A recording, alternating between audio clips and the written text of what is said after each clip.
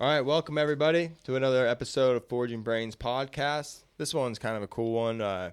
We are live here at the Winter Clinic at the Well-Shod. I guess it wouldn't be headquarters, huh? This is the only one. That's the only one. Well, this is the headquarters. Worldwide headquarters.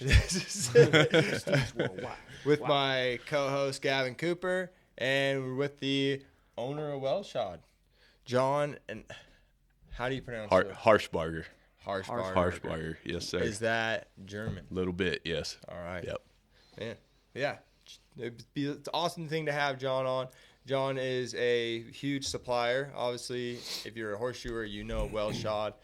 And he's just an interesting supply owner to me because, like, there's very few supply houses I go to that don't give you, like, a little bit of the car salesman vibe. And I'm not trying to put anybody down there, but it's like John is always just like a straightforward, honest guy. I mean, you're picking up the trash cans around here, always like doing It's all everything. got to be done. And it's been pretty cool that you've like fully pushed yourself out into the horseshoeing world, and you've like entered up at some of these things, and you supported a bunch of the stuff that we like to go to. So it's an awesome deal. Proud to be a part of it. So thanks for joining us, John. Yeah, thank you. Absolutely. Man, where are you from? Like, where did you grow up? Amarillo, Texas, right here. Born and raised. Yes. Yep. Really? Grew up about 10 miles from right here. Yeah.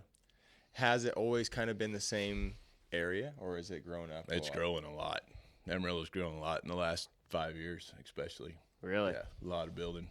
Some that I've noticed, like a couple times that I've been here in town, like the downtown area is like so like old school. It looks like I think it's really neat. Yeah, they're doing a lot of downtown projects. And has it kind of always been like that as far as like the downtown, it kind of faded away like most downtowns over time. Mm-hmm. And so in the last 5-10 years, they've done a lot of revitalization projects, built a ballpark. Oh, yeah. Getting the hotels going back again. Oh, is that Hogue Park or whatever down there? Yeah, Hodgetown. Or Hodgetown Park? Yeah. Mm-hmm. Yeah, our hotel looks just above that. And yeah. It's pretty cool in the morning. They've done a good job. Yeah. So what's the biggest, like, business around here? Agriculture is, one of the top things, the cattle market. Well-Shod. Well-Shod right there at the top. Yeah. Pantex, the nuclear disassembly plant, is here. Really? That's pretty big. Bell Helicopter, they build the V-22 Ospreys are here. And then the medical district is growing and because we're kind of in the, we're halfway between Dallas and Denver. Okay. So we're kind of in that zone. So a lot of people, like a lot of in between towns that are coming here for their medical. Is oil a big industry out here as well? Oil's big, yep. Not as big as Midland, Odessa, but yeah, oil is good too, for sure. So why didn't you get into a field like that, and then what kind of drew you to basically owning Well-Shod and a farrier supply? That's so growing up, we had horses and but I wasn't a really good horseman, but we always had horses, but grew up showing hogs and steers and all of that. And the only place I ever wanted to work was the feed store where we bought feed. That was my goal. So in high school, 16, started working at the feed store, and you loved the place. Oh yeah, loved it. Yeah. What did your parents do? My dad's a pharmacist. Okay. And my mom's, stay-at-home mom, took care of the kids. And, nice. But yeah, dad's a pharmacist, and but like I said, we lived in the country and always had animals and did all that kind of stuff. Just loved what about the feed, going into the feed store did you love? It's just a cool place, it was, and especially 30 years ago, it was just a little calmer, simpler time. When Paul Harvey came on the radio, everything stopped. You listened to Paul Harvey. Customers did too, and then you go on with going with to work. Town to the feed store was just... it's just a cool place. The cool people, the customers. It's just my kind of people. Yeah, and, I could see. Yeah, so that was the deal. That's where I wanted to be. Got a job there. Learned a lot. The guy that owned it, Gail Johnson. He showed me a lot of stuff, and on the business side of it, that always interests me. How does this work? How does that work? And that's kind of where the horseshoe deal started. He sold a better than average feed store selection of farrier stuff. But it would have fit. The feed store always has like Yeah. A little stock of some racks. Little stock, but shoes, you know, he nails. kept GE tools, and he was set up with FPD, so had some Kirkharts and you know all that kind of stuff, and supplied, you know, most all the local farriers here. So learn that part of it. Yeah. A little bit, and then Now, was there not a supply house really close to there? So that was there's plenty of horses in the cattle. Yeah. Wagon Mound Ranch Supply, Bob Bakken. He was in New Mexico. Yep. So he was the closest one that way, and then Oklahoma City, and then Texas Farrier Supply, you know, in Fort Worth. So pretty good open area up here. Of it, yeah. That he was supplying. These cowboys with. Yep. That's pretty cool. So he probably did. I'm sure he did have to, like, where we were from. You know, there's like a few supply houses. So these little feed stores, they definitely don't have like that great. Yeah. selection. So he was kind of the main supplier in this area, and had been. That store opened in 1961, and so you know they had good reputation, good traffic, and yeah. Oh, that's a cool deal. How long did you work there then? So worked there through high school and first year of college. Okay. And then so my business partner, Timmy Snider, we partnered up. We went to school together and did all that, known each other a long time, good friends. And we partnered up in 1997 and started hauling hay, buying and selling hay, custom, you know, had a pop-up loaders and, you know, 30-foot gooseneck trailers. And so we bought and sold hay, and that's kind of how we paid for our school. And what'd you go to school for? Ag business. Okay. Ag business economics. Yeah. Nice. And so they said it was a 4-year degree plan, and I did my 4 years, and they said I had to come back some more. I said, no, I'm done. 4 years was plenty. Yeah. 4 years was plenty. Yeah. So dropped out right at the end. And so you put the 4 years in and then never got no degree. No, I don't have any papers to show. That's bullshit. Yeah, exactly. Yeah, that's what I thought. But at that point, it's like, no, I got it. Man. Well, yeah, and not so what happened? We were hauling hay, and that was going good, paying for school, and that's pretty cool. Not many people can say they paid for their schooling. Yeah, while they're in school. Yeah, we paid for it, so worked hard. Like that's like we didn't haul like 50 bales a day. You know, when we had our pop-up loaders and we were picking hay up out of the field, it was 1,000 a day is what we would do. Dang. Are these like little bales, like 3 strand? Two wires, so 65, 70-pound bales. Oh, okay. Yeah. Yeah. Jeez. You know, if we were stacking them at the farm, that was our, 3 trailer loads a day on and off, so. But at any rate, we did that, and we were selling some hay to the feed store. And so Gail had been there. He'd owned the store 22 years. He was ready to retire. And he had asked me when I was in high school, he's like, well, what do you want to do when you get out of school? And I'm like, I'd like to own a feed store. And that was all we ever said about it. And so fast forward, 6 years, and he's like, do you want to buy this store? Yes, sir, I'd love to, and he's like, all right, let's talk, And so he set us up. He really helped us. And I mean, we had a little credit, but we were 23 years old when we bought the store. And but you already, like, was it from college to know enough that you're like, I need to start building credit? Yeah, I think or so. Did your dad? Yeah. Yeah. I mean, it's a tool, and if you manage it right, if you don't, it gets you in big trouble. But well, it just like, I grew up around a bunch of guys that was like, credit was just bad. Yeah. They're like, you can't pay cash. Not a good. And so like, reality hit me when I was 18. That was like, you kind of need. You that. gotta. Yeah. I mean, it's a pretty, especially if you're gonna have a business. Yeah. It's like, I think if you go borrow money to buy a television, that's probably not good. But if it's borrowed money that you think, okay, well, I can, if it's for the business and you can grow it, if that debt will pay for itself and you can grow, then, I mean, it's a risk, but most things are a risk if it's. But it's like literally almost comes down to like, you just got to remember to pay the bill. Exactly. And don't I guess have a budget and know that you're not gonna overspend it. And like, you got to live pretty frugal when you're starting out. And I mean, we didn't make much money, and we worked, And maybe that's the all day, temptation that if you have the credit, like, and you're broke, like some people are like, well, I'm gonna go buy myself a place. Right. Was that the first loan you ever had to take out? No, we took when we were hauling hay. We had an old junky pickup, And of course it'd break down all the time. And so then not only are you not making money, you're spending money on the repairs and so on. So no, we were in 97. We got a loan. Timmy and I got a business loan and bought a pickup, bought a brand new Dodge cabin chassis dually. Oh yeah. And then went to work. And then the next year we bought another rig and another trailer, and hired a couple guys to help us. And so we had a little bit of that going. And so at that point, were you guys pretty much doing 5 days a week? Or no, 7. Holiday. Really? Yeah, it was. Yeah, we'd work all day and then fix all the stuff we tore up all night. That much. So there's that much hay. Oh yeah, and yeah. That's between alfalfa and then guys belling grass hay, wheat hay, cane come off in the fall. So yeah, we were busy. So come wintertime, does that slow down any? Yes. Yeah. So what would you do in like the wintertime then? We actually, I mean, there was still a little stuff to do, but we built a big hay barn at Mom and Dad's house. So stockpile. And we would, it'd hold 6,000 bales, and so we would fill it up through the summer, and then we would sell that through the winter, and while we were going to school. And it's hustling. Yeah, just too ignorant not to. No, not happy unless we're working. It's like, no, that's freaking great. Yeah. So yeah, that's kind of how that got started. That's how we got into the feed store.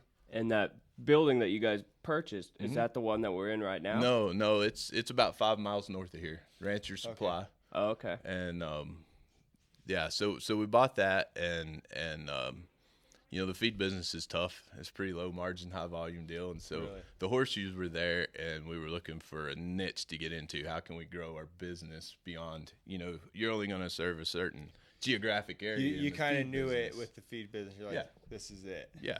So I'm like, the horseshoes is cool, and I like the horseshoers that had come in, and so I just started watching what's in their truck.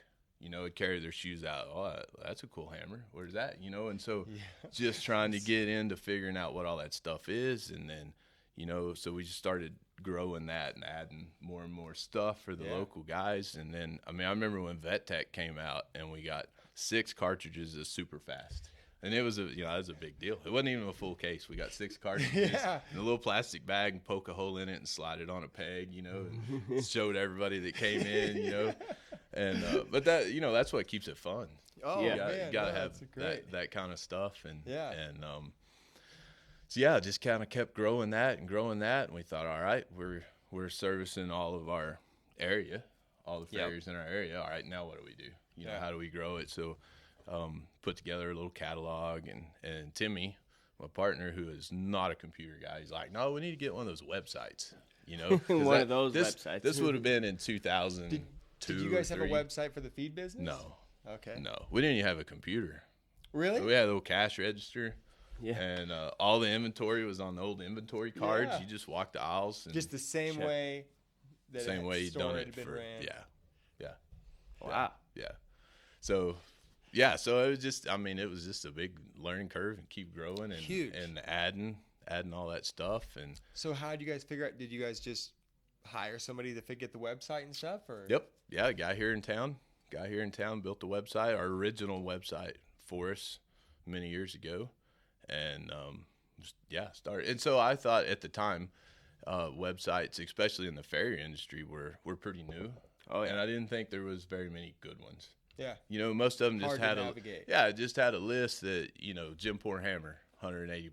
Well, that's great if you know what that is, but I'm like, we need pictures and descriptions. Yeah. We want to have as much information there as we can. It's like next best thing to having it in your hand. Yeah. So that was the goal with the website, and I think we did a pretty good job of it back then. Yeah.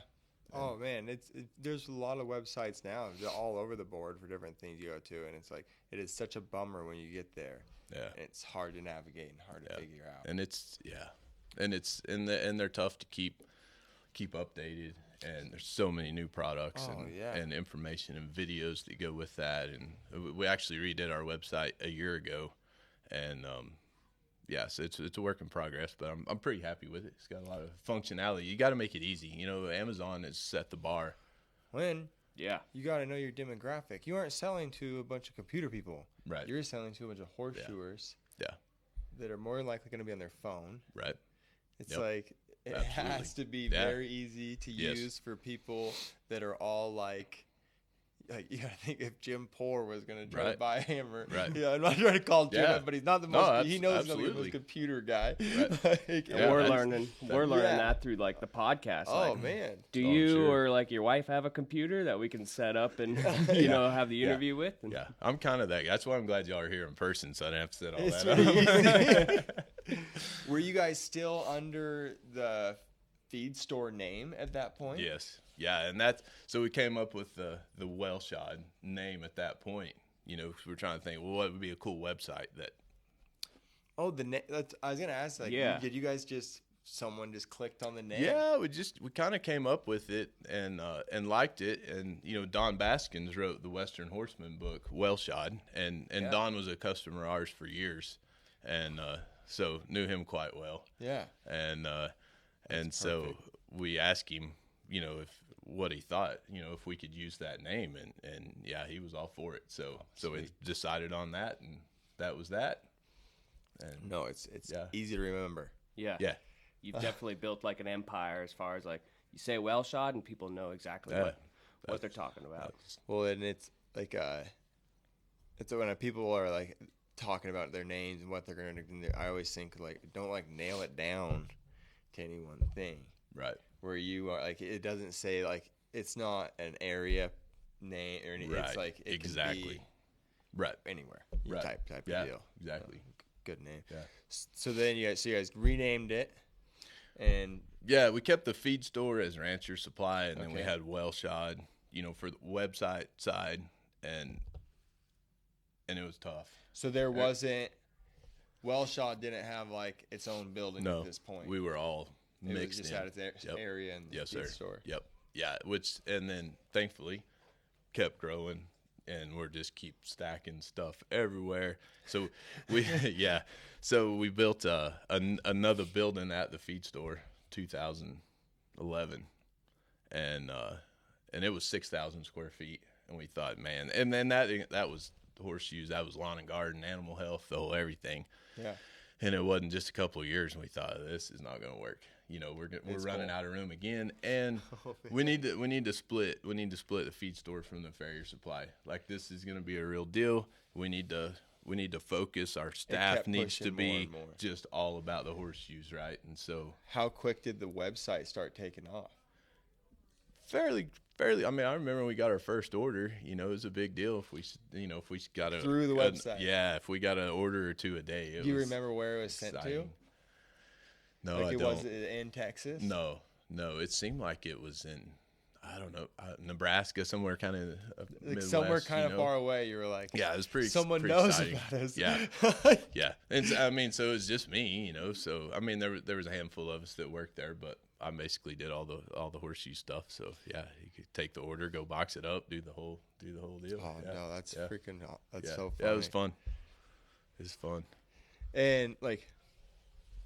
At that point, were you already doing the $10 shipping? No. We rocked along with the website for, I don't know, a couple years, and getting a little growth and figuring out all the products that we needed that we didn't have, because that's embarrassing too. And you used to be in the Texas Panhandle. This is what farriers here use, and then some guy from Florida calls and needs DFs, and you're like, we don't have those. That's not good. So where are you gonna draw that line? And so you either got to get in or get out. So at that point, you like got a building. Yeah. So did that and started we were trying to figure out a way. Okay, how do we grow our online business? How do we ship all this stuff? And so I'm figuring all these different things. If you do this, you get that or whatever. And it gets complicated and things have to be easy. And Timmy, once again, he's like, "Oh, why don't you just do a $10 flat rate?" Well, let's start figuring on that, see if that works. I think that'll work. Let's do it, And so so that helped a lot too. That's something I've always wondered. Like, how are you guys able to make that $10 flat shipping? It's work. Yeah, I don't like or anything like that. But it's like are you still like your prices are still competitive with everybody else's prices? Yeah. And It's yeah, I mean, that's like it is one of the main reasons I wanted to have you on. Is like I think you're a great businessman, and you're doing it in like it doesn't feel like a sleazy way or anything. So it's like I think a lot of horseshoers could be way better at business. Yeah, I think that's something you could like put some knowledge out there with of how we can like. Granted, you don't have to give away all your secrets. No, it's, if you don't want to. You know, it makes you if you do stuff like that, you got to be pretty efficient. And so it makes you efficient. So you're gonna buy stuff better. You know, hit freight paid levels from your vendors. You know, if there's cash discounts, any of that type of stuff, you take all of that. And then, you know, try to get orders in and out of here as fast and efficient as possible. You know, and just it's a volume game. And it's like I feel like people don't even almost care how much they're paying if they get their order fast. Yeah. Oh yeah. They're so happy. You know, and that's something we struggled with. You know, the last 3 or 4 years because thankfully this place did grow, and then COVID. Oh, and so that's just a huge. Well, yeah, and then business was so good for farriers through COVID, and so we saw that too, you know. And then a lot of people maybe they couldn't go to town or didn't want to go to town, and so maybe they didn't buy at their regular place, so and bought online. Yeah, and it was crazy good. But then on the other side of it, it was then you're struggling to get orders out the door in a timely fashion, and that's not good. I was going to ask too. It is a reality that not much of our, and this may not be a reality to a lot of horseshoers out there, especially that are like, oh, America, a lot of your products don't come from here. So most pretty hard for like you to get products in at that time. Absolutely. Yeah, it caught everybody off guard, and you know when something had a 2-week lead time, and all of a sudden now it's 2 months. So there's 2 months there. You can't do it. You're just out. Yeah. You know, so rough. It's rough. It is. Yeah, it's rough for other manufacturers, the distribution companies. You know, they're all, and I'd have to say that this industry, most of the suppliers did a really good job of trying to get stuff. You know, even if it cost them money, if it was coming from overseas, they didn't put it on a container. Maybe they air freighted it over just to keep guys going and keep their products in front of them. You know, so. There was a lot of that happened. So about the time when you and Timmy started the website and you guys moved into that building. Yep. How many employees did you guys have at that time besides you and Timmy? 4 or 5. And then how many do you guys have now? There's 20 of us right now. Oh wow! And that was feed store, and that was the whole deal. Is the feed store still going? It's still going. You and Timmy still own it? No, we sold that. My brother-in-law and my sister Amanda, that's running the front counter, they bought it 3 years ago. Yeah, 3 years ago. So it's still in the family, which is cool. Because like you were like, it's just getting to be too much. Well, yeah, and so they're probably looking for something. Yeah, you know, and so backing up just a little, 2015, we split Wellshod, came over to this building. Okay. And so Timmy stayed over there, ran the feed store. I came here. And Timmy was tired of the feed store. I mean, it's a job. It's retail all day, every day. Yeah. And we owned it for 20 years. And Timmy was right there for 20 years. And he's tired, you know. Yeah. So we sold it to them, and then Timmy came over here. Yeah. What was he doing when he was here? Because now Timmy, right, is in the back. Running the shop. Yeah. So pretty cool. God always takes care of us, you know, and things just seem to fall in place when the time's right. And so sold the feed store. Timmy comes over here, like 2 weeks. Talked to Cliff Carroll, and he was ready to retire, and wanted to know if we were interested in that. I'm like, yeah, absolutely. So, you know, and that's right up Timmy's alley. I mean, he can weld, he can, you know, he's a craftsman. You know, he can do all that stuff and do it well. And that kind of worked out. So we got Cliff Carroll added into the. And he builds like those like anvil stumps. The anvil stump, 4 different anvils. Oh, farrier pattern anvils. Yeah. Okay. Is it the Pro Forge? The Pro Forge. Yeah, it was part of that. 3 different hoof stands. The Riadosa hoof gauge was part of his lineup. Yeah. So are you guys building the forges as well? Yes, sir. You build them here in this shop? Yes, sir. Oh, no kidding. Yep. That's super like. Yeah. So that's you. It seems like you've just never been afraid to like keep taking the next step. You just got to keep going. Yeah. Just grow it. Yeah. Yeah. You either going forward or you're going backwards, you know, and I get bored, you know, you get things kind of lined out like you want and going smooth and you think, all right, what's the next? Like there, it's running to itself. To the best of your ability. Yeah. It's running. You're like, okay, what are we going to do next? It's almost like you're afraid of complacency. Yeah. I get bored. Well, not even fully, but it's like I'm not good at coming up with new things that can run without me. Well, yeah. You seem like you're very good at coming up with things that you're like, all right, I'm going to get this engine going, and I can go over here. I'm going to go build a new engine. To an extent. I mean, I'm here all day, every day. Yeah, know? You're still. But, yeah, no, I mean, luckily, the team we've got here is awesome. And I could not do it without them. Yeah, but you're like. Good people make all the difference. What are some things. I know I'm just kind of jumping all over the place, but it's what are some things that you look for in an employee? And I'm sure it's different for different jobs. Yeah, it is. I don't know. I'm a horrible interviewer. I'm a horrible job interviewer, and because I take for granted what's expected, I guess, you know. And so I don't know. I've gotten pretty lucky. I think it's important to have people here that are in the agriculture industry. If they've grown up around horses, like they know how to talk to our people, right? Yeah. They're not. So that's super important. And if you've got people that are polite and work hard, then we can teach them about horseshoes. And I used to think, well, no, I need to hire people that know about horse hooves, About this stuff. right? Yeah. But that's not. You got to hire the people with the right personality, the customer service aspect, and then then we can teach them about Just the rest willing to work. Yeah, absolutely. You know, have a work ethic. Absolutely. And show up. And like job. these ladies that are here, you know, they take this place like it's their own. You know, they care about what's going on and they want to make sure it's done right. And That's probably couldn't ask for better. They must feel then like pretty appreciated. Well, yeah, I hope so.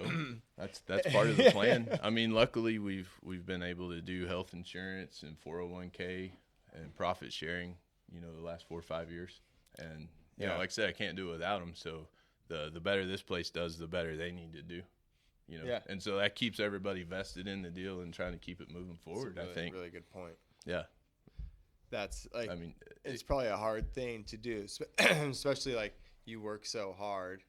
It's so hard to like just give out everything. Yeah. You know. Well, what I mean? and not necessarily money, but responsibility too. Because I started it, and I'm a micromanager, and so I've had to really learn to let some things go, trust the people, you know, be there to help. But now, you know, there's enough of us that, you know, Asia handles this and Jessica handles that, and keep everything going. Hard. Yeah, it's a lot of learning. Yeah. Like, do you Keep have evolving. any tips on that? Of like, I know it's hard to say. It's like, but it's. I had a very successful guy here in town, Jerry Hodge, that had the Hodgetown. They named the ballpark after him, and he did really well in life, and that was one of his things is hire good people and get out of their way. Oh, You yeah. know, let them do what they're supposed to do. So Yeah. I don't know. I've been really lucky. How fast? And I'm sure like you have great input. Like I know Asia the best. You know the best probably volleyball, but like amazing person. Yeah. How quick? And I'm sure you've had some people though that weren't amazing that you probably interviewed and thought were. At the beginning. How quick did you know? And was it easy to be like? Yeah, it's always tough. I'm not a confrontational person, so I have trouble with that sometimes. But no, you usually know pretty quick. Yeah, it's like usually that first week you're like, yeah. You can even also tell that, like, if you're taking on an apprentice as a farrier, like, you can tell, like, okay, he's going to make it or he's not going to make it. Yeah, did he sweep without me asking to sweep up around? Or, did I have to ask you more than once, Those are huge things. Just a little, yeah.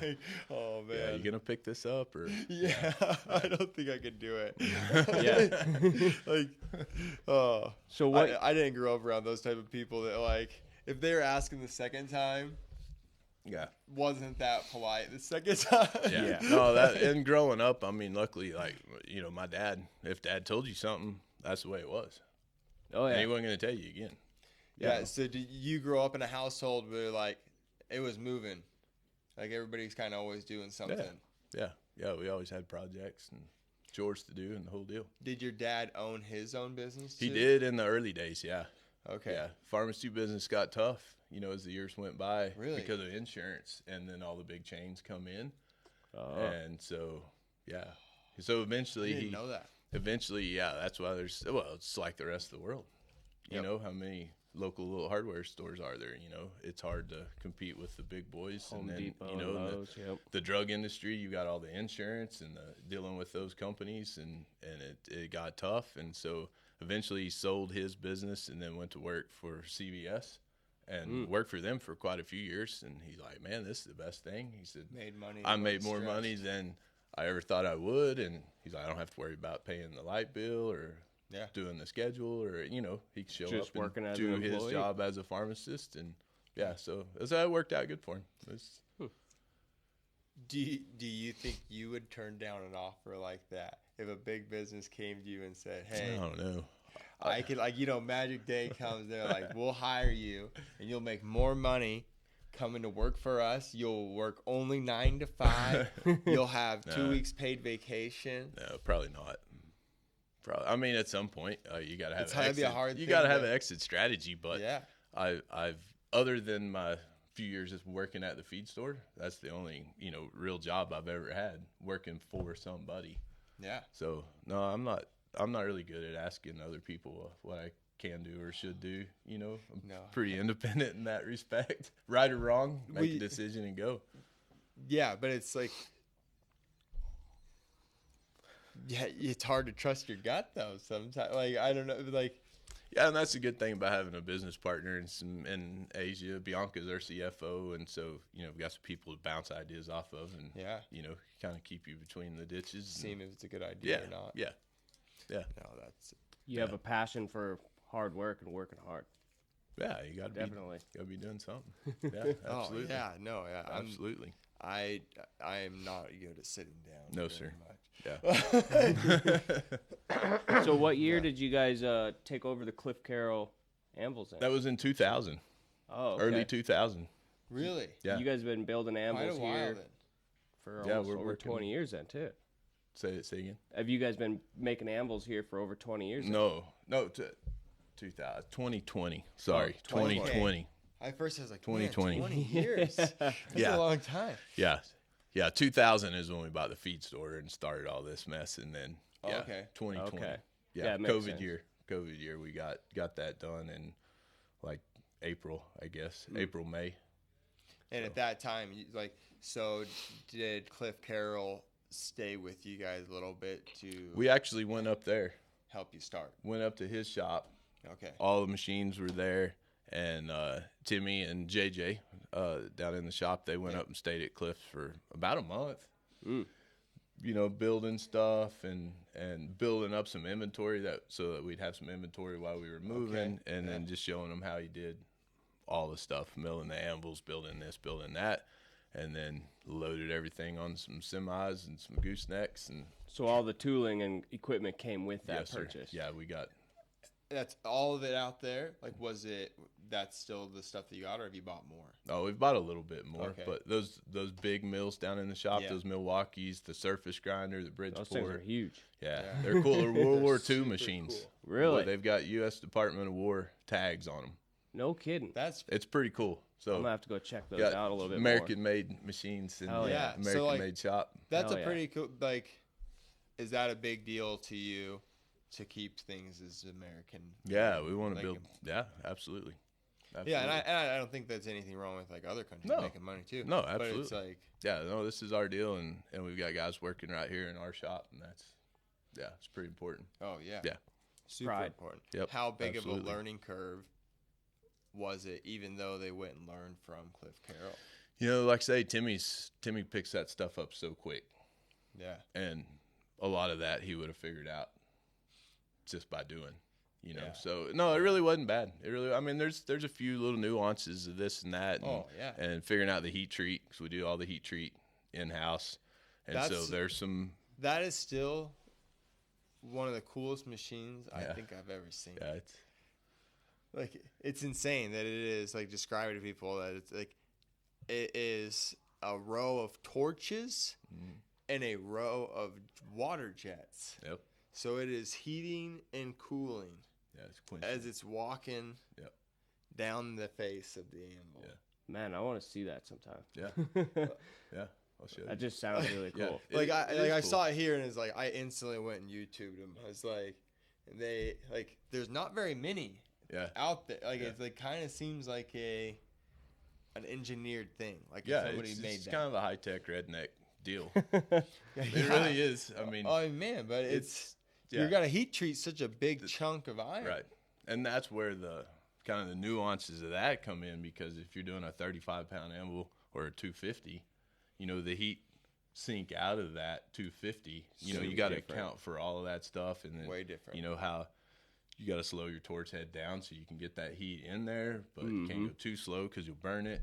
Yeah, and you know, and the height above the face of the anvil and all of that. So, yeah, you got to get all that set, and then you know you can set up and run anvils all day, and then in the morning everything's still set. You put the next anvil in, it's different. You know, and is it the temperature, humidity, barometric pressure? I don't know, but you know, there's always adjustments that have to be made. Yeah, exactly. Yeah. So, but Timmy's got it. He's got it dialed in pretty good. And there's, like I say, there's always. It has always been so funny to me that, like, even if something's just a machine, it still takes like a little bit of sweet talking. Yeah. Like each one of them do, you know, it's like something like that. But they always take a little bit. It's kind of like you were talking in your demo yesterday about the old rifle that, you know, shoots off a little bit. Yeah. Like all those machines have a little bit of that. You just kind of got to know them. You got to know. Like, yes, you got to get to know them and be okay with them. That's just what it is. Yeah. Yep. Exactly.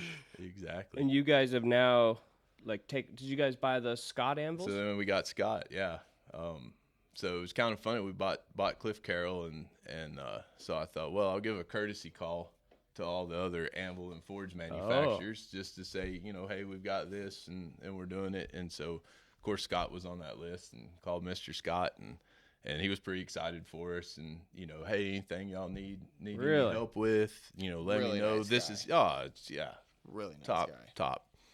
So we visited a while, and he's like, he says, well, this is cool. I'll know who to sell out to when I get ready to retire. And we just kind of laughed and went on. And about 6 months later, he calls and he says, all right, I'm ready. No kidding. Yeah, it was a little sooner than we expected, but you know, you don't turn down that opportunity. Yeah. You know, for what I think is, you know, a top brand. I was pretty surprised. And it's like I think he is the newest anvil brand, pretty much. Yeah, he would be. But he came out strong. He came out with a design that was just like that was the truck anvil instantly, pretty much. Yeah. Like when that thing came out, I was like, that's what I use today every day. It is a prize to not see a Scott Dovetail 100-pound anvil inside of a rig. Yeah. Like it really is. Yeah, they're so compact, and they hit so hard for 100 pound just because they're tight. Oh yeah, the size of the horn. So you how can many shape a draft shoe on that thing? Like it is. Yes, sir. How many different anvils do you guys build then? 11. Or make? 11 different sizes. Yeah. What's the biggest? 250, the Scott Big Boy. And the smallest? And then the 35-pound Cliff Carroll. Okay. Yeah. 35-pound. 35-pounder. Yeah. Just a little desktop, 35-pound, little round horn. Yeah. Little jewelers. Yeah, jewelers, the leather guys like them. Yeah. You know, they're. And then all these anvils, they're basically milled out of a big chunk of steel, or no? They're cast, so they're poured at the foundry, sand molds. And you guys are casting them here? No, we've got two different foundries in Texas that pour all of those Yeah. So that's like when you see them down there on the pallets. Oh, that's how they come? That's how we get them in, and so it's just that rough casting. They're fairly soft. You know, at that point, they're, I don't know, 35 rock wool probably. Yeah. And so then you got to machine the base and the top, get them flat and parallel. So what kind of steel are anvils made? It's ductile iron. It's cast ductile iron, which throws people off sometimes. You think cast iron skillet, you know, but it's a totally different alloy. Completely different deal than that, yeah. And, like, casting is so advanced right now. They cast tiny parts that are so, like gun parts are getting cast and stuff, and they handle it. Yep. Like, to get an anvil cast is not what cast anvils of the past Exactly, were. yeah. And that's, I mean, all modern anvils are cast ductile. Yeah, and ductile covers such a there's array of blanket. It's like, it's almost like when people say, like, oh, it's mild steel. It's like, well, okay, there's some, like, some leeway there, you know. It's like your ductile iron on these anvils isn't the same ductile iron that Harbor Freight can claim the same. Exactly. You know, it's a different deal. Yeah, there's some carbon in it. There's, you know, different elements, and so the alloy is very shock resistant and highly heat treatable. Okay. You know, there's a lot of So what's the aspects to it. finished hardness or the rock will? Around 50 to 52 on that yeah. face. Yeah. I think that's what because most hammers, I might be off here.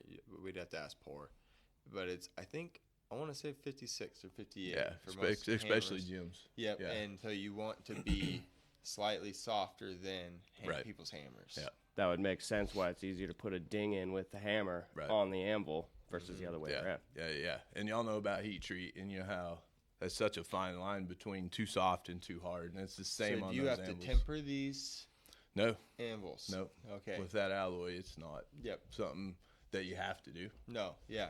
There's a few, like, there's like a A33 out there right now, too. Like, you can heat treat that thing really hot, and you don't have to temper it. Yeah. Like, you can quench it, get it really hard, it really hot. Yep.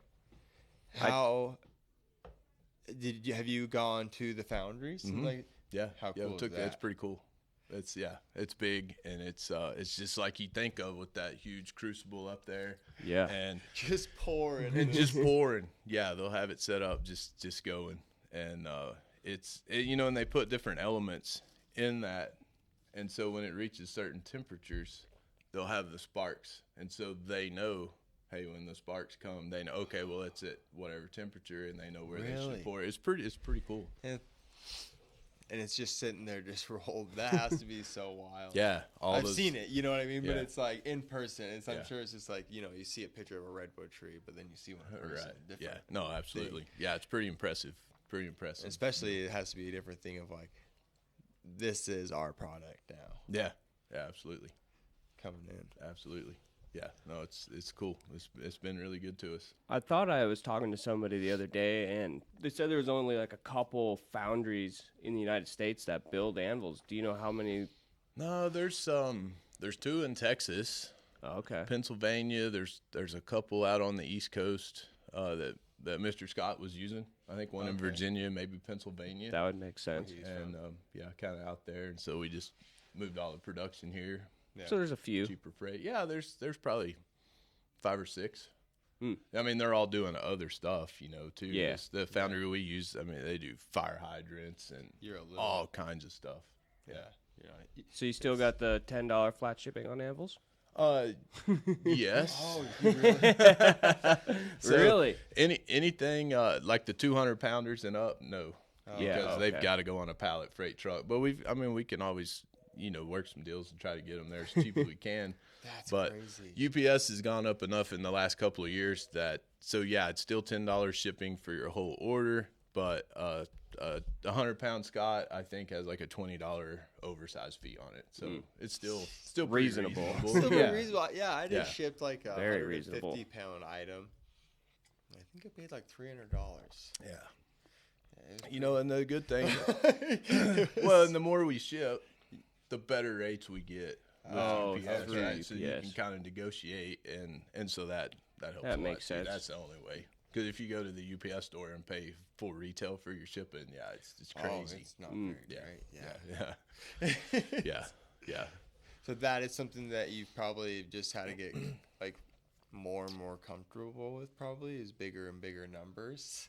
That, like, because you have to probably keep buying in bulk of items. Yeah. And now you're buying like a bulk of a company. You know what I mean? Well, yeah, and it's just like when we started with the Anvils, the Foundries, we're at a 4-week lead time. So that's pretty manageable. And then COVID gets here, and our 4-week lead time went to 18 weeks. Whoa. So Damn. It's like right away. Right, instantly. So then you're sitting there without product, that you thought was coming in. And I can work with an 18-week lead time if I know 18 weeks in advance that that's going to – so that's where – and they've caught up a little bit, but it's still a pretty long lead time. But we just kept stacking orders in. And, it's hard to have an anvil company when you don't have any anvils. Yeah. So – Did you guys find you were like losing some business through that, or like customers are staying pretty loyal? No, I think most customers know what they want, and and it's probably also everybody was probably back. Exactly. That's true. Yeah, all the other manufacturers had the same situation. Mm-hmm. Yeah, so it was, yeah, it wasn't hitting just there. So like, what is something that you have maybe noticed? Horseshoers, and you can give blankets here or not, but where horseshoers suck at business. Like, I'm sure you've noticed it. I'm sure you've been like, man, like you've heard them talking at the bar at 7. You're like, man, that doesn't seem very bright to me. Like, is you a guy that's gone to college for business? Like, and especially like it is agriculture business. We are in ag business, and you are somewhat in our world, like not somewhat, you're in our world, and I think you have a good idea, like where we screw up some and where, like, especially new horseshoers or maybe older horseshoers that just don't seem like they're ever making any money. Yeah, that's a big question. That's And a big question. yeah. I mean, I think, on the just kind of the business side of it, inventory management for the farrier, making sure they have enough stock on hand to get through and not get in a bind. Do you think some guys, though, ever get the other direction? Basically, like, I see every once in a while you go somewhere and, like, a new guy will have a ton of stuff where it's like, that seems like a lot of money. Like overkill. Yeah. I don't know. I mean, on my side of it, in the store side of it, I've never been scared of having inventory. That's money in the bank. It's a little different for me than a farrier, but I think and that's where you're getting the discount. Yeah, or just having a shelf at the house that's got some stuff on it. Yeah. I mean, we see a lot of people that need their stuff in a hurry sometimes, and that's usually me, like buying last minute, like, oh shit, I need this. Right. Yeah, and I mean, if it's a glue-on deal or an emergency deal, that's understandable for sure. Yeah. But, no, I don't know. I think like you see that order quite a bit. It's like, I need a pair of shoes. Yeah. Right now. Yeah, we see some of that. It's funny, you can watch, and some guys will order every month, pretty big order, and then some guys we talk to every 3 days. Really? Just depending. They're And, always and that's that's not for me to say. Whatever works good for them is all right with me, but they can't be continually buying product if they're not continually shoeing horses, probably, right? Yeah. So obviously those guys are. It's working for them. Yeah. Yeah. But I think there's some ways they can save some money, by buying in bulk a little bit. And, yeah, for sure. So do you think some of those guys that are like, and obviously you don't like want to lose money on it, but it's like you notice these guys that are like, man, you're calling me all the time and just ordering like $5 worth at a time. Yeah. Well, you could probably save yourself in the long run. Good. Yeah. $1,000, $2,000 in the year if you would just plan your order. Yeah, get your box discounts, your case discounts, and all that. The freight's not really eating them up. I mean, $10 is $10, but that's not too bad. But and it's like, well, I don't know. It's like it's probably not that hard of plan out your order too. To like, well, this way I stay underneath of the weight limit. Well, if you're just ordering like we'll ship you a whole pallet of shoes for $10. It's just any single item that weighs over 150 pounds. Oh, Really? So if you order, I mean, you call up and order 1,000 pounds of stuff, then we'll put it on the pallet. so does the same go as Coke? Tip for you guys right out there. Yeah. Like if you're buying some shoes, right? Then like all you have to do, like you just gotta plan it out. It's the same thing. Like if you go to the grocery store, well, if you go to Costco, if you plan out what you're using, you go to Costco. I mean, and if you buy enough from Costco, they'll deliver it to your house. Yeah. Yeah. Same deal. Same deal. Mm. Yeah. Yeah. I think that right there is probably a good business tip for a lot of people. We just try to make it, I mean, to me, the $10 deal, it makes it easy. It makes it easy for you to figure. It makes it easy for us to figure. I've done it in my business. Like I'm selling just one item, but it's so easy. It's the potential is there to lose the client trying to figure out shipping. Exactly. Yes. Absolutely. When you're like, well, let me get back to you. Yeah. Well, by the time they get back to him, I'm not trying to be like, they might have been like, I don't want it anymore. Yeah. Yeah, exactly. But if you can just be like, ready to go, here's a figure. Right. It's pretty easy for them to say yes. You sell a hammer and you know it's probably going to cost you between $15 and $25 to ship it anywhere in there, so you can sell your hammer and say international's different. You can be like, but you can say in the continental U.S., well, you buy my hammer, I'll ship it for $15. Yep. You might lose $5, but big deal. Yeah, you know, it's easy. You're still good. Do you guys ship internationally very much? Oh yeah, quite a bit anymore. Really? Honestly, yeah. We really. What country do you think you ship to the most? As far as wholesale, like Scott and Cliff Carroll ship a lot to Germany and France. UK is big. European countries. As far as just farrier orders. Is that your biggest international items going over right now? Is the Anvils? Yeah, the Pro Forge. Oh, Pro Forge is big in Europe. I say, do you think it's more popular there than here? Yeah, probably, maybe. I mean, it seems that way because those companies, they'll call and order, 30, 40, 50 at a time because they got to go on a pallet's worth to go, to make it worth it. So that sticks out in your head. But no, they've been selling well here too, and we've revamped some stuff on it and different liner material than what Cliff was using, and Timmy's figured out the CNC mills that we got from Scott pretty good and built some jigs, and so he's machining the burners, and we're doing all that in-house that used to be farmed out. So there's some little things there that's cool that make them burn a lot better. That's cool. Yeah.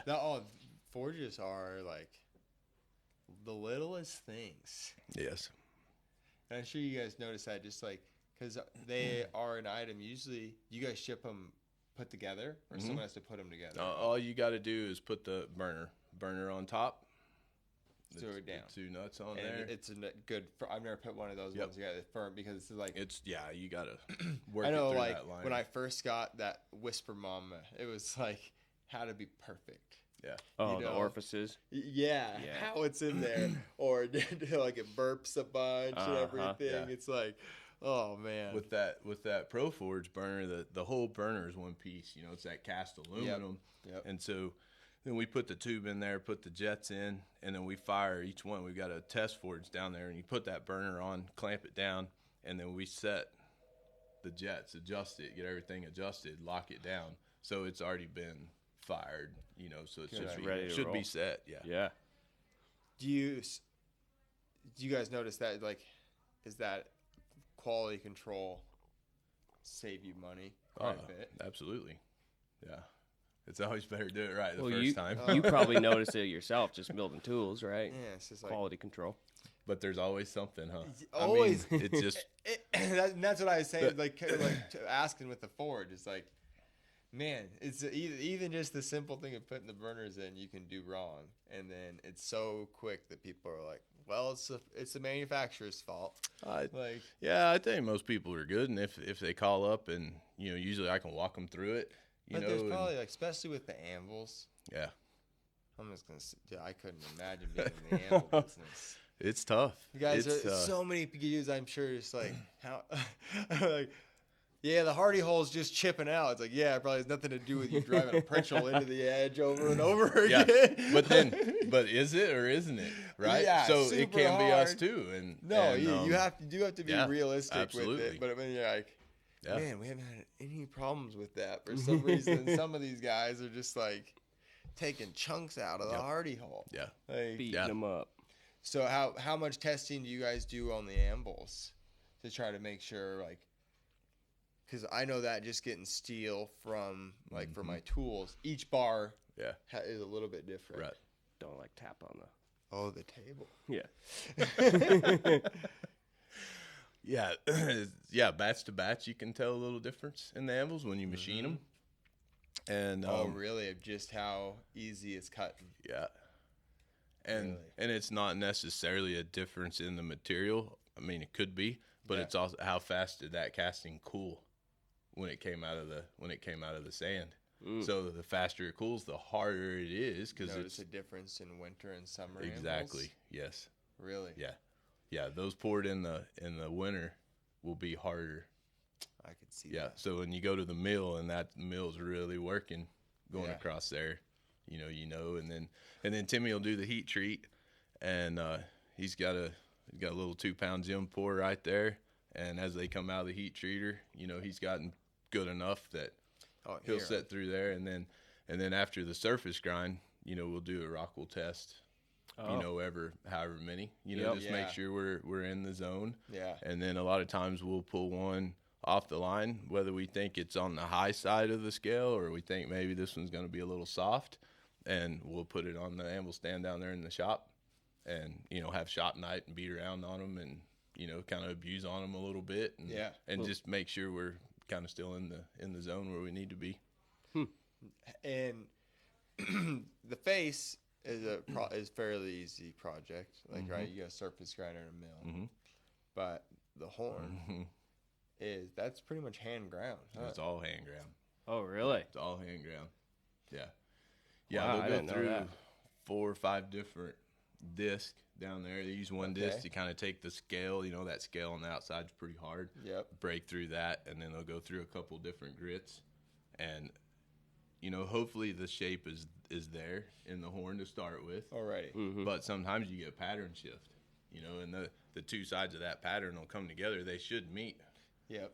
But you'll get one that's a quarter inch high, and that's a lot when you get to the horn. So you got to take that whole side down. Yeah, it's to no match. big deal for the cutting table and everything else. Yeah, got to make it match, and then keep the radius in there. And that's what I tell them. Like, this is the most important part of the anvil. We can't have high spots and humps and all that. Huge. And it's that's huge. So we got 2 guys down there, and they're dang good horn grinders. Because even all 300 of the people that are here for this clinic will say the most important thing is using the horn. Yeah. Oh, man. And Absolutely. it's just so easy to do. Like, not so easy, but it's like the flat, making flat. So when you guys are milling the flat, you mill the face flat. Do you mill a flat on top of the horn? You mill the cutting table flat. Yep. And so is there sometimes the horn is higher than that? Sometimes it can be up. Sometimes it's lower, depending on. Yeah. So that's another thing to look at. Trying to keep the top of that horn flush with that cutting table. So you have to bring the cutting table and the face down. Or bring that horn down to match. Yeah. So it's a job. I mean, it's a labor intensive job. Yeah, no, everybody thinks that it's like, well, it just comes out of this casting. It's like, Yeah. No. yeah, it's not. It's not. It's not that easy. Yeah. Far from it. Yeah. It's a process. It's a process. Oh, that's what I was like. I remember seeing it a couple years ago, and you guys grinding the horns, and it is something that I think people just take for granted. Yeah. They get this new anvil, Right. and they're like, yeah, the horn just came like that. It's part of it. And then how much dressing the edges before we send them out. We want to leave a crisp edge as we can, so you can pull clips and all that. But I mean, you get a sharp edge like that, and you hit it with a 58 Rockwell hammer, the anvil is going to lose.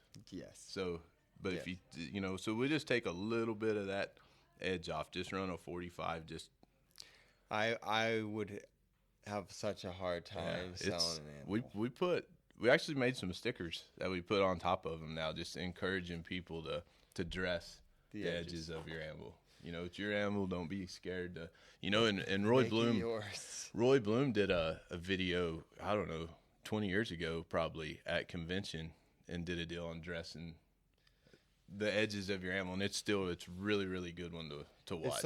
People don't make it think your own. Yeah. Yeah. It's the same with hammers, punches, everything. Like, they come so sharp. Right. And like that sharp edge does not do well. Right. With impact. Right. Or forging. Right. Really. Like, it's nice to have maybe 1 or 2 areas on your anvil that has a fairly sharp edge. Right. But the rest of them can be pretty damn ground. Yeah, and it's a learning curve, and I can see a new guy is starting out, and you don't know. You just spent so much money on this. Like, you're working so hard for your money, and now you got this like big old chunk of an anvil, and you're like, yeah, do I just want to take the angle grinder to this thing? Oh man, I remember, like, it's probably almost like the best thing. Like, a tool tip would be if you should have a sand box, like a Justin Fry sand box, or a hand sander, and just take that to it first. Yeah. And just kind of like just round it up a little bit. And then you watch Craig out there with the new anvil. He's setting up on the truck, and he gets his angle grinder, not with a flap disc, but with a hard disc, and just takes him. Gouges him a spot out in there. Well, you got it too. Especially, it's like you lose hammer control every once in a while when you're trying to go fast. Like, misses just every once in a while they happen. Yeah, absolutely. That's it. Like, it's like that's right. Like, I probably feel for you as an anvil maker. It's like, I'm sure you get them where you're like, the guy missed. I can see it. Yeah. Yeah. Well, yeah. You send him a new anvil. Yeah, you got to. You got to stand behind your product, and And at the end of the day, you are like, we're making anvils. Yeah, absolutely. They're gonna get hit. Yeah. So what made you decide to start making horseshoes? I got tired of watching. Really? Yeah, I got tired of watching. Yeah, no. So you guys doing forge nights? Yeah, I do forge nights, and I always play around a little bit, but and you haven't necessarily shod horses ever. No, it's not my background at all. And you just decided, I'm tired of watching, and I want to learn how to start making shoes. Well, yeah. Luckily enough, we got to, we go to a lot of the contests and go to convention. I've got to do all that stuff for years, and go to all the clinics and watch all the good guys. And then, Weston Newsom, he's right here in town, and he started competing several years ago. And he's a couple years ahead of me, I guess. And so good friends with Weston, hanging out with him, and let's give it a go. Tired of watching, so I thought, well, I'll do the novice because there's no danger of having to shoe a horse, And so by the time I did the novice year, well, then you're hooked, and you're ready to, like, that goalpost keeps changing. Did you so it within doing you've been doing a lot of business? Have you ever done what things with your hands? Ever been into building things? Yeah. I build all our own barns at the house and pipe fence, and so you're this hitting stuff with a hammer thing's pretty all right. Yeah. Oh yeah. Yeah. No, and I've had several guys over the last 15, 20 years, horseshoers and stuff, and we get together and build hoof picks or little stuff like that, but not at a competition type level. Well, and not even though it's the novice class, it's still they're thick shoes. Yeah. You got to forge a section. 3/8 by 1. Yeah, 13.5-inch fronts, 13-inch hinds. Because didn't you win the novice class? No. Oh, you didn't? No, I got close at Fort Worth that last year. I got up there. I had some shoes in second and third. I was close, but novice got tough. The last few years there's been 20 plus in there. That's a good thing. Yeah, absolutely. That's absolutely. Great. But I remember at Vegas in 19, which was I did novice in 2020. Okay. So I was there in 19, and I think there was 6-7 people in the novice class. And so I'm looking at the table. Oh yeah, you're like, I'm getting in there. I can do that, And then show up at Edgewood the next year. I think there was 23 of us in the novice. But it was a great time to learn. How many of the novice competitions did you do before you did Cat 1? 3. Yeah, 3. I did all 3 that 2020. Nice. And how many category 1s did you do? I did 2 in 21 in 21 I did 2. I missed Fort Worth because we were getting the new computer system in here, and it was crazy. Had a lot of stuff going on. Yeah. And then did 3 last year. Yeah. And you made the live shoeing in some, didn't you? Yeah, I made it in Edgewood and at Madison. How nervous were you for the live shoeing Yeah, part? so I didn't ever suspect that I would make the shoeing that quick, I guess. Yeah. And It's so cool though that it's like It's great. You're a store owner. yeah, and not a horseshoer. And I mean, like, I've been around it. We got horses at the house. I've pulled some shoes and this and that. But that's different, you've shod some horses before the contest. No. Yeah. Sad to you say. shod your first horse at the contest. Yeah, all the way. I drove some nails and some feet before and that, but not. Wow. No. So, that's great. Yeah, it was good, but it was bad because I don't like to be unprepared for something. Yeah, I'm with you. And like I said, I didn't suspect that I would make it last year. Honestly, I thought, well, it's going to be a year or two. These guys are good, and so that'll give me some time. I'll just keep building shoes, and then I'll start getting under some horses and try to be as prepared as I could be, for that deal. So, no, Edgewood was good. We practiced a lot for that, and I was 24th going into the shoeing. Oh, dang. So I'll never forget. And so Craig and them, they're up in the trailer, and they're figuring the results that night, and Craig comes and gets me, and so we go up there, and he's like, "You made the shoeing," and he's like, "We gotta talk about we gotta this." Talk. And he's like, "Have you ever done this?" He knows. Yeah, we've had that talk, before, and so Craig. He's him-hawing around, and he says, "Well, I don't know if I'm the best. I'm not the best striker here, and this and that." But he's like, "I'd strike for you tomorrow if you want me to." I'm like, "Yes, thank please, you, Lord. yes, please, Craig." And so because Craig's the most nervous on horse day anyway. He's like, "Oh yeah, we gotta help old John." 24th, you were already you were putting nails where they needed to be, What were some things you were focusing on in those classes? In the classes themselves, when you were building shoes, I kind of have some things that, I need to get here, and here's some baselines that I need. I think the biggest thing or most important thing for me is knowing what's going to be done in each heat. Yeah, I've got the goals for each heat. This is how many heats we're going to have. I'm going to have X number of cleanup heats. Yeah, I think the hardest thing for me on those shoes is shape. Not being a horseshoer. You have the specimen, but seeing the foot in that shoe and seeing the frog in there. That'd and be so the that's hard something thing by not shoeing horse that I've really had to work on and think about. And knowing the fit. Fit. How it's going to be. Fit's a whole nother thing. Just when you think you know something, then you try to fit. Well, it turns out that's hard. Yeah. Or it's like, that fit would have been okay in this discipline, but that's not the discipline today. This discipline's different. Yeah, exactly. And what I think fits, or I'm like, that's pretty good. And then you hand it to somebody else, in a template or whatever, you missed this, and did you get your medial toe and your lateral heel and all of that stuff. And then watching Bodie's demo yesterday on rasping those hunter heels. Yeah. And the degree of precision that he's taught he said in a little bit, 1/16 of an inch. Yeah. To make that fit right. So that's a whole nother level. It's one of those things. It's I know it sounds just fit it, and that's where I hear horseshoers well, I put hunter heels on them.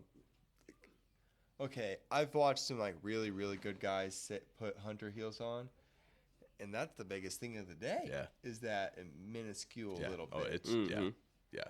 And the further you go, the deeper off into it you get. It's so crazy.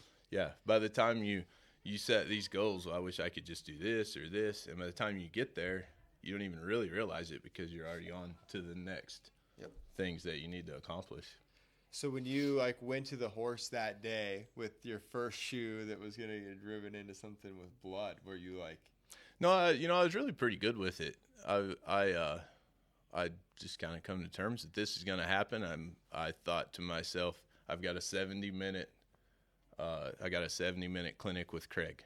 Yeah, that's cool. And we got a good way to look at it. We only got 70 minutes, so we got to hurry. Yeah. And my wife, she shows reining horses, and she was at a show in Oklahoma City while I was in Edgewood, and she pulled a shoe on the way over there, and she's got a little toolkit in the trailer, you know, and she's like, well, I'm just gonna level it up and nail it back on because I can go right through. You know, Weston had just shot him and go right through the same nail holes, you know, kind of deal. And I'm like, yeah, my wife's doing it. I could probably step up and give it a go too, you know. So so that happened on the way over there. So that was already in my mind. And then but you got Craig right there, and yeah, it's just I'm at ease with Craig, and he's such a good teacher. Yeah. Absolutely. And so he just and he knows my skill set. We've practiced a little bit together, and he knows where I am. And I'm like, Craig, let's not even worry about the specimen. You know, let's just try to get. He's like, that's not what we do here. You know, we build a specimen shoe in this class. All right, let's do it. You know, so we did, and yeah, I mean, we got it close. I was happy, and were you like super tight on time, or was it like? No, I told because y'all make me nervous when you go to nailing up with 3 minutes left. Yeah, I'm not that guy, you know. And so Craig's like, "What do you think?" I'm like, 12, 15 minutes. I probably should be at the foot, you know, and it give me enough time to clinch and clean up. And I can definitely say I took longer than 15 minutes to nail up my first horse. Yeah. Like it was definitely. I didn't have an longer. option, you know, and so we got fit up pretty good and burned on and made a few adjustments. I got in the vise for just a second, and you know, Craig's managing that time.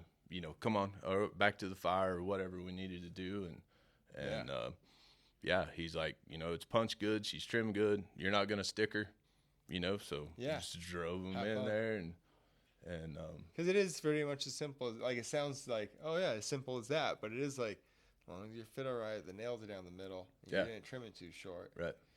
Yeah. So getting ready for the Category 1 contest, how much practice did you do before the contest? Pretty much every day. Really? Yeah. That's cool. Yeah, we'll go to Weston's at least twice a week in the evenings, and a lot of times on Saturday as we get closer to a contest. But you know, working together there and doing the two-man stuff, and then pretty much every night you get home from work, fire up the forge, and build. Oh, so you have a little shop at your house as well? Yeah, a little shop there. Yeah, I don't have a coke fire there yet, but I was just wondering if you just do it out here in the.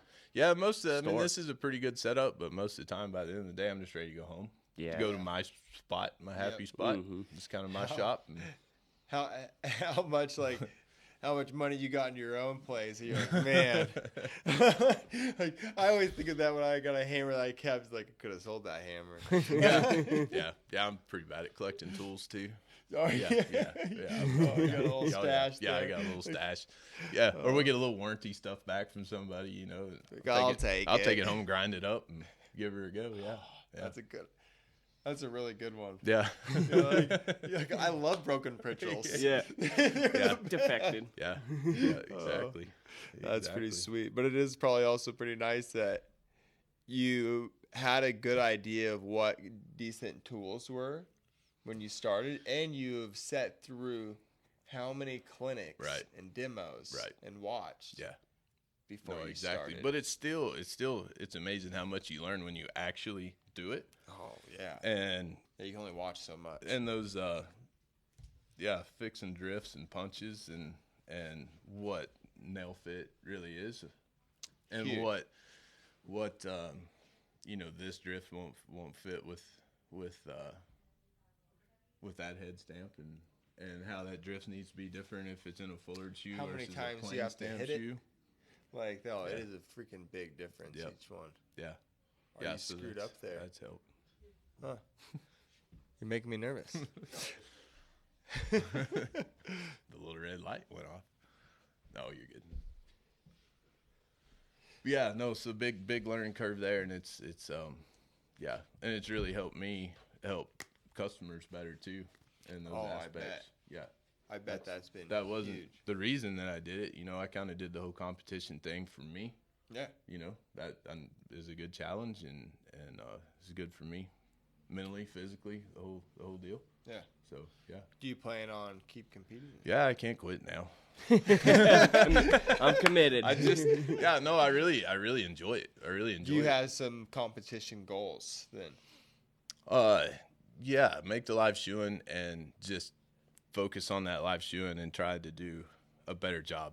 You know, that's the thing. I mean, John can make the shoeing the first couple of times, and it's, you know, everybody thinks it's cool. And yeah, John doesn't shoe horses, but if John's doing the same bad job 2 or 3 years from now, then that's not cool, right? Yeah, it starts getting less cool. I either got to go do something else, or I got to step it up and try to be, you know, because that, I mean, I think that's it's like an honor to make it to that, right? I mean, Absolutely. that's a good group of people, and they work really hard to do that. So if you're gonna try to be in that group, you need to elevate. And you might be the first guy that just came from supply house to, I was thinking it was kind of funny. Like Most like store owners or company owners might get into like restoring cars or like other sorts of hobbies, and he's getting into. I want to shoot some horses. yeah, you hang around with you people long enough. Yeah, farrier competition. Well, that's all my friends are horseshoers. You know, I mean, true. Yeah, that's. I mean, I just feel like I pretty quickly took over your life. Then. Oh yeah, absolutely. How long? How did you and Craig come to having the winter clinic here at Well-Shod? I think that's a good question. I just told him that it started getting really too big for Jim, and then that was about the time. Well, they had it 2 years at Jim's new place, and then of course Jim was doing a lot of the knife maker stuff too. And I think there's something else big this time of year in the knife making world. Well, he was having. Yeah, and Jim was just mainly doing knives, and so he was having those knife clinics at his place, and a bunch of folders and stuff like that about the same time. And we got the shop down there, and I thought that's big enough to accommodate everybody. And I just told Craig, I'm like, if you need our space, you're welcome to it. You know, we'll be glad to host it. You know, if you need a spot, it's great. This is our favorite thing of the year. That's I think like one of our guys over with just haven't been here yet. He told me like it's kind of like the Costco of horseshoeing. Like you go in there supplies, and it's just like warehouse. Yeah, you just like keep walking all around. There's more and more supplies. Like you go around another door and it keeps going. That's what makes it fun. We kind of heard like this year has been like the largest as far as the number of attendees. Like, were you guys kind of nervous when you seen how many were coming? Yeah, a little bit. I think they had 50 people last year registered. We're almost doubled this year, ain't it? Yeah, and then Miss Chris called and she's like, "Yeah, we got 254 signed up." Holy shit! Yeah, exactly. So know there's gonna be some people that just show up. There's a ton of people that are here or on the way that aren't on that list. So yeah, we ordered food for 325 for tonight. Wow, for the feed. So. Yeah, so I mean it's cool. Well, thank you for that. Oh, absolutely, my pleasure. It's crazy. So we revamped the shop, added that extra TV in the other bay and sound system for the overflow. That's key. You know, I think that's great. Right. Yeah. If you go to a clinic and you can't see what's going on, you can't hear a guy. Yeah, it sucks. You know, it's well, and it's great not too. fun. Like you or Asia are running the camera pretty much, right? And you guys know enough to know, like you guys know to like, all right, I need to zoom in here, or kind of like where the guy might be going. So Asia's good, and they're doing horses right now, and so Asia's down there on the foot, and she knows if they're going to the left front, she's going to be at the right hind, and she can, she knows where to get those shots to everybody can see. So she does amazing on that.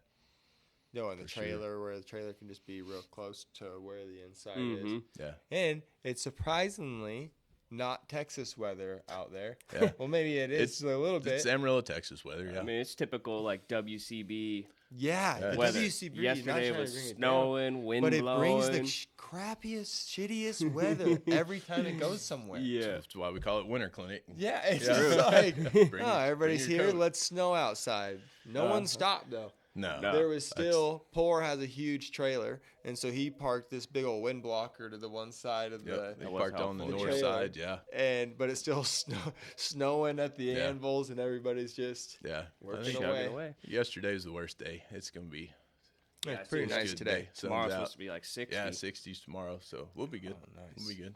Nice. Sun's out, guns out. There you go. Man, well, we've been rolling for quite a while. Bit, yeah. All right, John, what are some goals?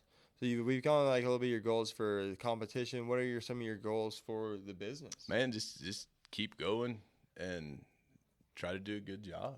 I think the biggest goal is just trying to get stuff out the door fast and efficient. And I think we've done a lot better at that this year with the new computer system. So that's always the main thing, is get them out and is to have the customer service to back it up. And the website's just www.wellshod.com. Yes, sir. Do you ever plan on more locations? Man, that's a tough one. It could be cool. Yeah. It could be cool, but it's all about the people. Yeah. And you got to have the right people in place to do that. So Makes that's sense. the thing that makes me nervous about anything Oh, yeah. outside of this building. Yep. Yeah. Yeah. So maybe, if the opportunity's there, the time's right, maybe, but maybe more things inside this building. Take what comes to you. Yeah. Yeah. We'll see Perfect. what happens. Well, thank you for doing this Well, episode. you got Absolutely. your Oh, yeah. Oh, yeah.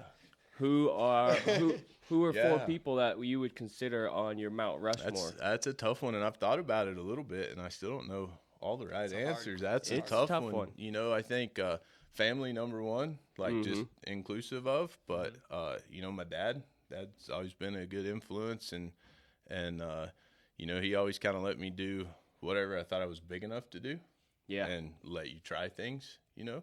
and so that's pretty I think it's important. good advice. Yeah, that's wasn't sheltered, yes, but coddled, no. Yeah.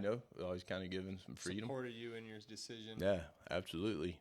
I was lucky enough to have my great grandpa until I was 20. I think he passed away. I was 28, That's cool. and so he was born in 1911. And Dang. so we got a lot of that old history and ways, and Oh, yeah. spent a lot of time with him. Work Man, ethic. those people saw the Yeah. country. Like, was he grew up around here? Yes, sir. Too? Yeah, Okay. they homesteaded south of here in late 1800s. So Yeah. Nice. yeah, so through the Depression and the When was he war, born? 1911. Yeah, so he was a young man during the Depression on the farm during the Dust Bowl. Damn. So That's my grandpa on my mom's side. He was a really old guy. He was born, I want to say 1908. And that's it. Like, he came over on a wagon to Oregon. Yeah. And it's just like the stories those guys can tell. are right, just- yeah, and That's a they good one, then. they make life pretty simple. It's pretty black and white Mm-hmm. for Yeah. them. There's not a lot of gray area. It's right or wrong, yes or no, That's cool. and so that's pretty cool. Yeah. I think Great one. my wife, she's real supportive, and she's off showing reining horses, and I'm doing this, and it works for us. Oh, yeah. So that's a cool one. In the farrier industry world, Dan Burke with FPD. Okay. He started that. Him and Linda started that from the ground up in the 90s, and he's done. Their company's all about customer service, and I think they do an excellent job of that. And Dan's helped me a lot through the years. Just seeing great some one to get different on here. things, Yeah. stuff like that. And then and Craig Turnka. I mean, what he's doing out there with the WCB and It's huge. way huge, and that's stuff that he's not making money doing that stuff. No. He does it because he loves it. I mean, it's and a free winter clinic. yeah, I mean, he has a passion for Yeah. teaching people, and I mean, he's such a character. To say Yeah, the least. if you think the WCB is making like hand over No. fist, it's like No, Craig pours so much love and money back into Yep. that thing. What- It's what crazy. Craig and Miss Chris, Yeah, he they're had all that in. vision and went to it, and that's pretty awesome. Yeah, Absolutely. That'd be my makes tops. this community. That's awesome. Yeah. That's a great list. Yeah. Awesome, John. Cool. We won't keep you too much All at the right. clinic. Yeah, we better get back to work, huh? Appreciate it. Yes, sir. You bet. Thank you. Thank you very much. Appreciate it.